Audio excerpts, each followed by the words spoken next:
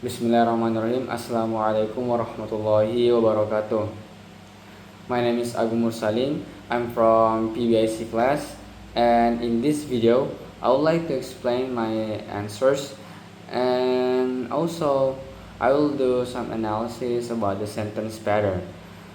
Okay, without further ado, I'm just gonna start with the comprehension questions, and I'm gonna start with the question number one. Okay, so what is the difference between theme and rhyme according to Halliday, 1994? Okay, my answer is that according to Halliday, 1994, theme is the point of departure of a message. It usually contains given or familiar information that has already been mentioned in the text or is shared knowledge between the writer and the reader.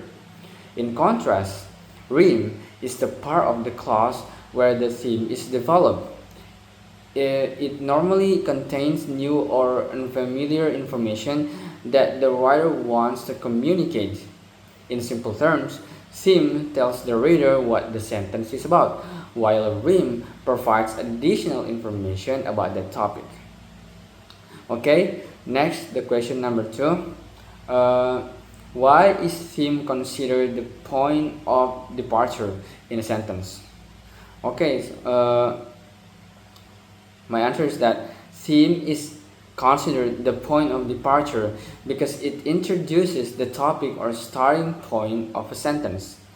So it guides readers by presenting information that is already known or easily recognized before introducing new information in the rhyme. So this organization helps readers follow the flow of ideas smoothly and also contributes to the coherence of the text. Okay, next question number three. What is the function of a proposed empathic theme in English sentence? Okay, so my answer is that a proposed empathic theme is used to give special emphasis to a particular element by placing it before the subject of the sentence. It highlights important information that the writer wants readers to notice first. So, the proposed empathic themes are often used to emphasize time, place, or circumstance and also to create a particular communicative effect. For example, in the early 1960s, Habibi received a degree in engineering in Germany. Okay, so here the here in the early 1960s is a proposed empathic theme because it emphasizes the time of the event. Okay, next question. Okay, so according to Danes, how many types of thematic progression of a sentence pattern? Okay, so according to Danes, there are four main types of thematic progressions, namely simple linear progressions, or we can say zigzag progressions, constant progression, or reiteration thematic progression. And there is also derived hyperthematic progression, or we can also say multiple rhyme progression and splitting progressions. So these patterns explain how themes and rhymes are connected across sentences to develop ideas systematically in a text. Okay, next question number five. So, what is the purpose of thematic progression in creating cohesion in academic writing? Okay, so my answer is that the purpose of thematic progression is to create cohesion by connecting ideas from one sentence to the next in a logical and systematic way. So it helps readers understand how information develops throughout the text and makes the writing easier to follow. According to Agins, 2004, academic writing often uses thematic progression to create strong cross-referential links between the rhyme of one clause and the theme of the following clause. As a result, the text becomes more coherent, organized, and effective in presenting complex arguments. Okay, that's all the comprehensive question. Next, we move to the analytical questions. Okay, start from number 6. Okay, so there is a sentence. Habibi received a degree in engineering in Germany. Okay, so my analysis is that the theme is Habibi and the rim is received a degree in engineering in Germany. So the theme here, Habibi, because it is the starting point of the sentence and represents the known topic, and the rim uh, received a degree in engineering in Germany because it provides new information about Habibi. Okay, next question number 7. Uh, Compare simple linear progression or zigzag progression and constant progression. So how does the relationship between theme and rim differ in these two patterns? Okay, so my answer is that the first is simple linear progression. So simple linear progression and constant progression are different in the way information develops from one sentence to another. Okay, for example, in simple linear progression, an element from the rim of the first sentence becomes the theme of the following sentence. In other words, the new information introduced in one sentence becomes the starting point of the next sentence. This creates a chain of ideas that develops continuously. For example,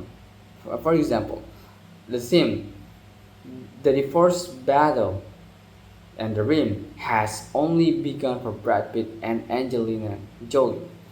So, and then the theme is bring from Angelina Jolie, and the rim has reportedly added 2 more top-notch lawyers to her theme. And the next theme is Laura Wesser. From the previous theme. So in this example, Angelina Jolie first appears in the rim of sentence 1, then becomes the theme of sentence 2. Likewise, Laura Wesser first appears in the rim of sentence 2 and becomes the theme of sentence 3.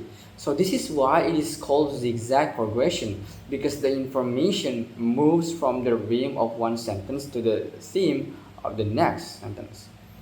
In contrast, constant progression keeps the same theme throughout several sentences, while each sentence introduces a different rim. So the writer continues discussing the same topic but provides new information about it in every sentence.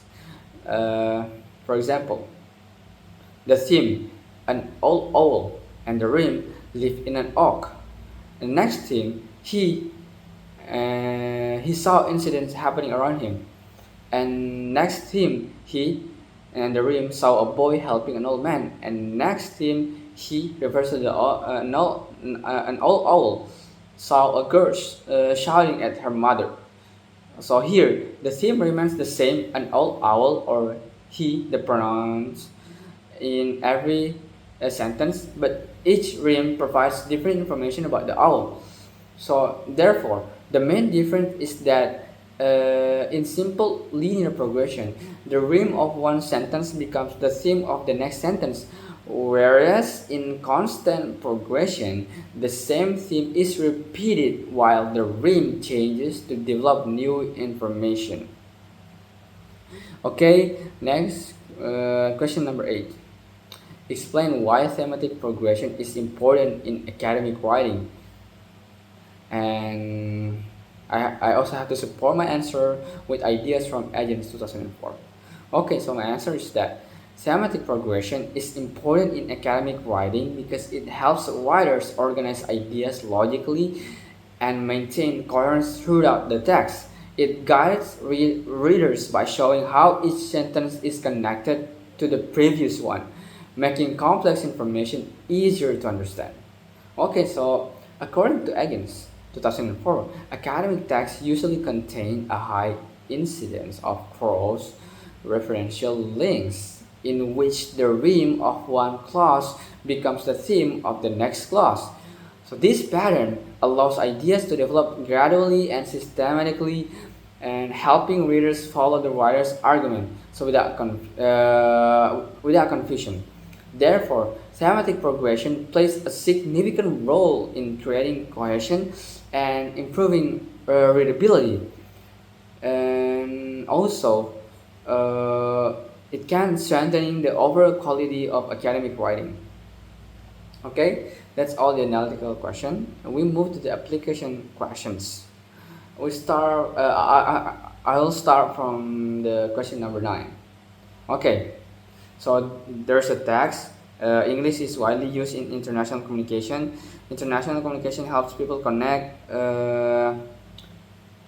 across cultures, and cross-cultural understanding promotes global cooperation. Okay, so my answer is that the thematic progression pattern used in the text is simple linear progression, zigzag progression. This is because the rhyme of the first sentence becomes the theme of the second sentence, and the theme of the second sentence and the rhyme of the second sentence become the theme of the third sentence. So this is my analysis, but the sentence one. So the theme is English, and the rhyme is widely used in international communication. The next sentence, the theme is international communication from the previous rhyme, and the rhyme is helps people connect across cultures. And we see in the sentence 3, the theme is cross-cultural understanding, which is from the rhyme of the connect across cultures, and the rhyme from this theme in sentence 3 is promotes global cooperation.